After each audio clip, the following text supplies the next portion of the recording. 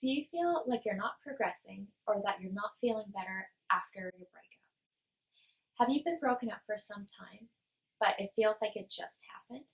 If this sounds like you, there's nothing wrong with you. It could just be your attachment style.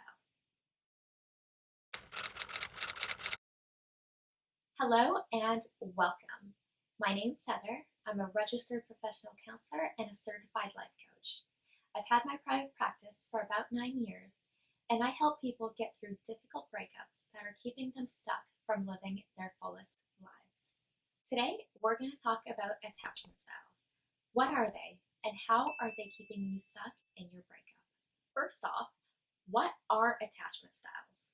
Attachment styles are outlined in attachment theory, which is a well-documented, empirically researched theory of intimate relationships, proposing that the relationships formed in adulthood are shaped by the nature of our relationships with our caregivers in infancy and early childhood. Attachment styles account for relationship patterns across one's lifespan.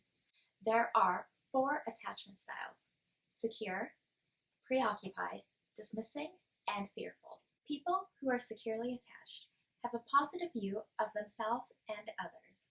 They feel comfortable with closeness and intimacy, and they feel worthy of other people's love, and they trust and rely on others. People who have preoccupied attachment typically have a positive view on other people, but a negative view on themselves. They value closeness, but feel that they're not worthy of other people's love. Feelings of inadequacy leaves these people in high states of anxiety, and it can show up as being clingy or needy or constantly relying on others to reassure their worth. Rejection is especially painful for people who are preoccupied because it confirms doubts about their self-worth. The third type of attachment style is dismissing. People who have dismissing styles typically have a positive view on themselves, but a negative view on others.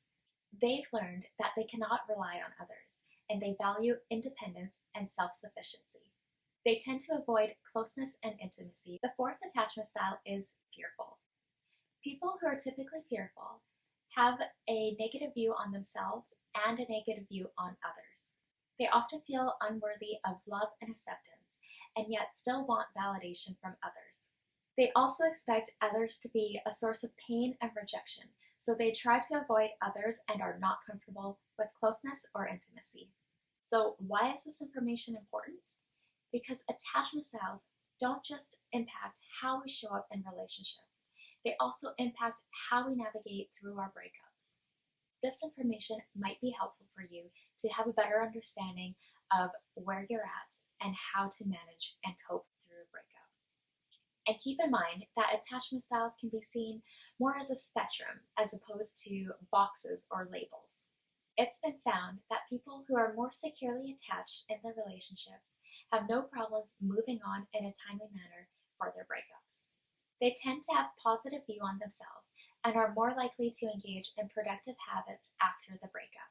Studies have found that highly anxious individuals tend to have more emotional distress right after the breakup.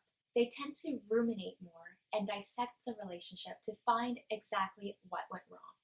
They're most likely the ones who tend to get stuck on the idea of needing to get back together with their ex because they fear that they're not going to find anyone else who thinks that they're worthy. However, there is a crucial point after the breakup which will dictate whether or not a highly anxious person will be able to move on or if they'll get stuck on their ex. One study has shown that fear of relationship failures may help motivate highly anxious individuals to focus on relationship maintenance skills in their new relationships. This is because they're able to take a look at their past mistakes and use that as a catalyst for personal development and growth. Highly anxious individuals have the capacity to reframe their old relationships as highly unsatisfying while they enter a new relationship.